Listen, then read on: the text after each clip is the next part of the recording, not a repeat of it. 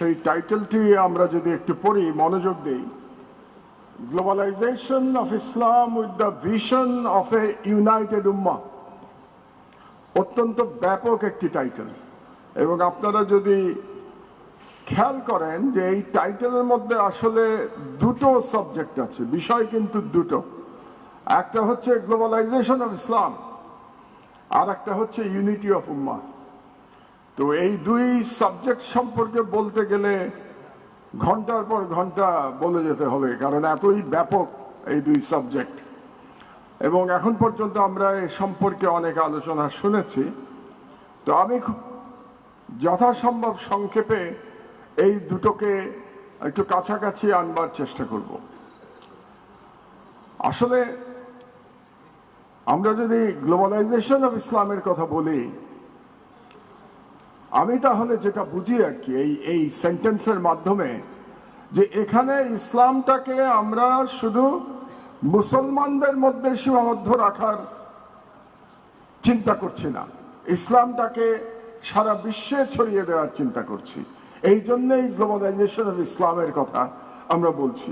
এবং আমরা তো সবাই জানি, আপনারা আমার থেকে অনেক বেশি জানেন, যে আমাদের মহানবী হযরত মুহাম্মদ সাল্লাল্লাহু আলাইহি সাল্লামকে সারা পৃথিবীর সারা মানব জাতির রহমত হিসাবে তাকে আনা হয়েছে, তাকে প্রেরণ করেছিলেন মহান আল্লাহ তাআলা।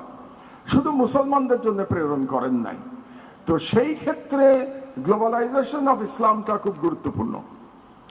এবং এই যে গ্লোবালাইজেশন ইসলামের কথা আমরা বলি, এটা করতে গিয়ে আমাদের বিরোধী যারা, তারা এটাকে মোকাবেলা করেছে কিভাবে, এটা একটু বোঝার চেষ্টা করতে হবে আমাদের। কারণ পৃথিবীর ইতিহাস হচ্ছে দ্বন্দ্বের ইতিহাস। দ্বন্দ্বের মাধ্যমে পৃথিবীর সভ্যতা গড়ে উঠেছে। তো ইসলামের একেবারে প্রথম দিকে 711 খ্রিস্টাব্দে ইসলাম কিন্তু স্পেনে পৌঁছে গিয়েছিল, আমরা সবাই জানি। যখন উমাইয়া খেলাফত ছিল এবং আল ওয়ালিদ তখন উমাইয়া খলিফা ছিলেন, এবং সেই সময় তারেক ইবনে জিয়াদ এবং মুসা তারা স্পেন বিজয় করেছিলেন। এবং তারপরে দীর্ঘ সময় স্পেনে মুসলমানদের কর্তৃত্ব ছিল, এবং সেই সময়টি প্রায় 800 বছর স্পেনে মুসলমানদের ছিল। সেটা কেন কন্টিনিউ করা যায় নাই, এটা আর এক দীর্ঘ আলোচনা। তো সেই সময় যখন ইউরোপে ইসলাম পৌঁছে গেছিল, তখন ইসলামকে মোকাবেলা করবার জন্য অপরপক্ষ, বিশেষত তখন ইউরোপে যারা খ্রিস্টান ধর্মাবলম্বী ছিলেন এবং যারা জুইশ ছিলেন, তারা ইসলামোফোবিয়া, যেটা আপনারা মডার্ন ইসলামোফোবিয়া দেখতে পান, সেই ইসলামোফোবিয়া তৈরি হয়েছিল কিন্তু আজ থেকে 1000 বছর আগে। এবং ইসলামোফোবিয়া তৈরি হয়েছিল প্রথমে কিন্তু কালচারালি তৈরি হয়েছিল, পলিটিক্যাল হওয়ার আগে। এই বিষয়টি আমাদের একটু বুঝতে হবে যদি আমি গ্লোবালাইজেশন অফ ইসলাম আলোচনা করতে যাই। যে ইসলামোফোবিয়া প্রথমত সংস্কৃতি দিয়ে এটা শুরু হয়। এবং সেই সময় খুব বিখ্যাত একজন কবি ছিলেন, তিনি ইটালিয়ান কবি ছিলেন, তার নাম ছিল দান্তে। দান্তে একটা কবিতা লিখেছিলেন, একটা কাব্যগ্রন্থ লিখেছিলেন, ডিভাইন কমেডি। এবং ডিভাইন কমেডির পুরোটাতে প্রধানত ইসলামের বিরুদ্ধে বিষোদ্গার করা হয়েছিল। এবং তখন থেকেই কালচারালি ইসলামের বিরুদ্ধে প্রচারণা শুরু হয়েছিল পশ্চিমা বিশ্বে। এই ইসলামোফোবিয়া আমরা যেটা দেখতে পাই এখন ওয়েস্টার্ন ওয়ার্ল্ডে, সেই ওয়েস্টার্ন ওয়ার্ল্ডের ইসলামোফোবিয়া মোটামুটি শুরু হয়েছিল দান্তের সেই বইয়ের মাধ্যমে। এবং পরবর্তী সময় এটা কি অবস্থায় এসছে আমরা মোটামুটি সবাই জানি।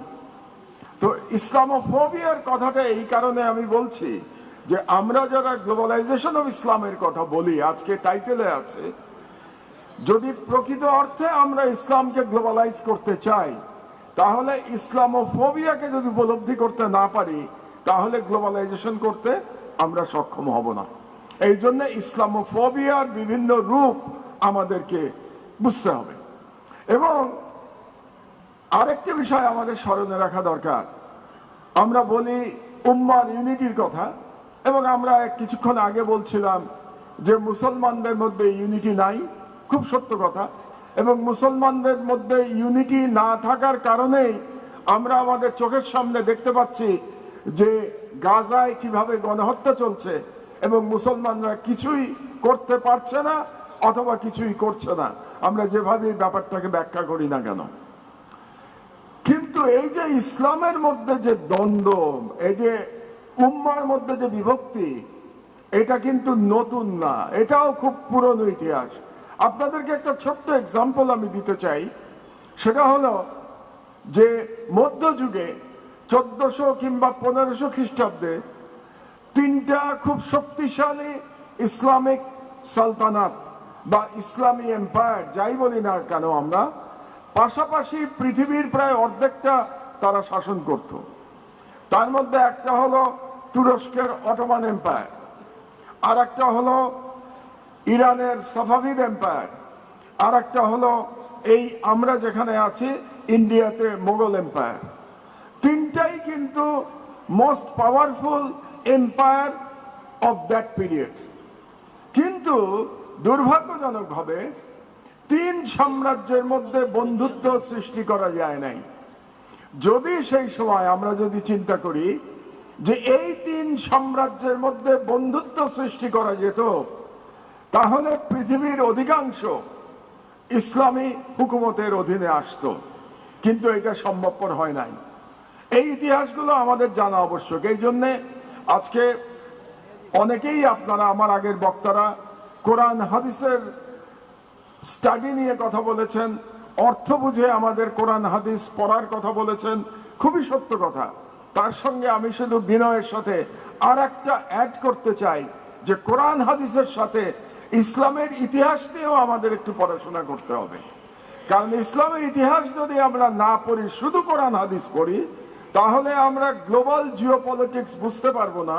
এবং গ্লোবাল জিওপলিটিক্স যদি আমি বুঝতে না পারি, তাহলে এখন আমরা কিভাবে ইসলামোফোবিয়াকে মোকাবেলা করব, সেই কাজটি আমরা করতে পারবো না। এই জন্য ইসলামের ইতিহাস পড়া গুরুত্বপূর্ণ।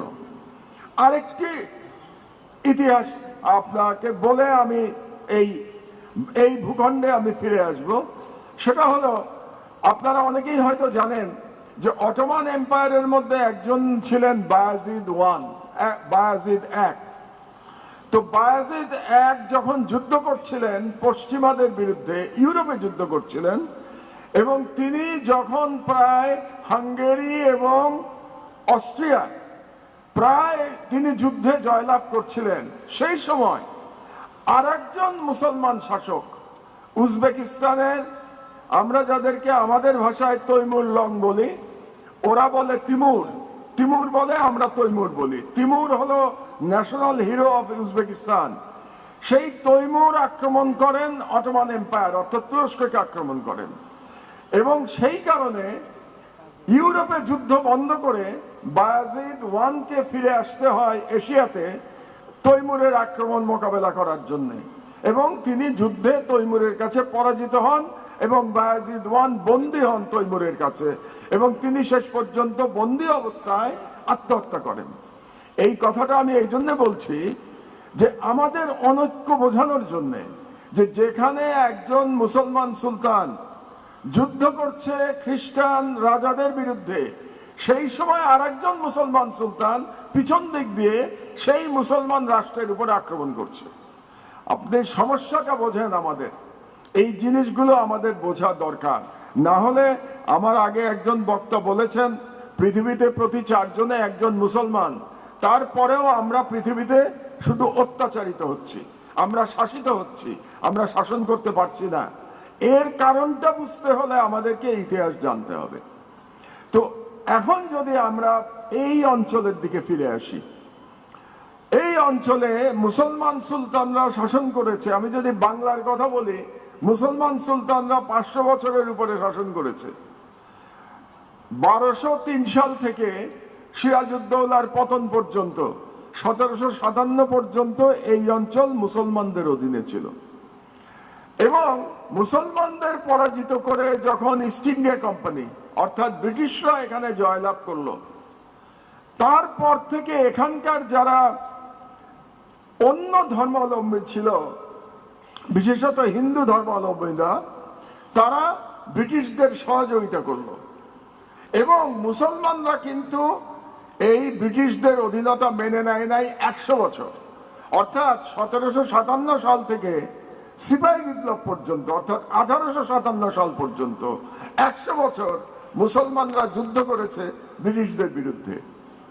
কিন্তু হিন্দু জনগোষ্ঠী তারা ব্রিটিশদের সহায়তা করেছে। শেষ পর্যন্ত মুসলমানরা পরাজিত হয়েছে এবং ব্রিটিশরা এটাকে দখল করতে পেরেছে।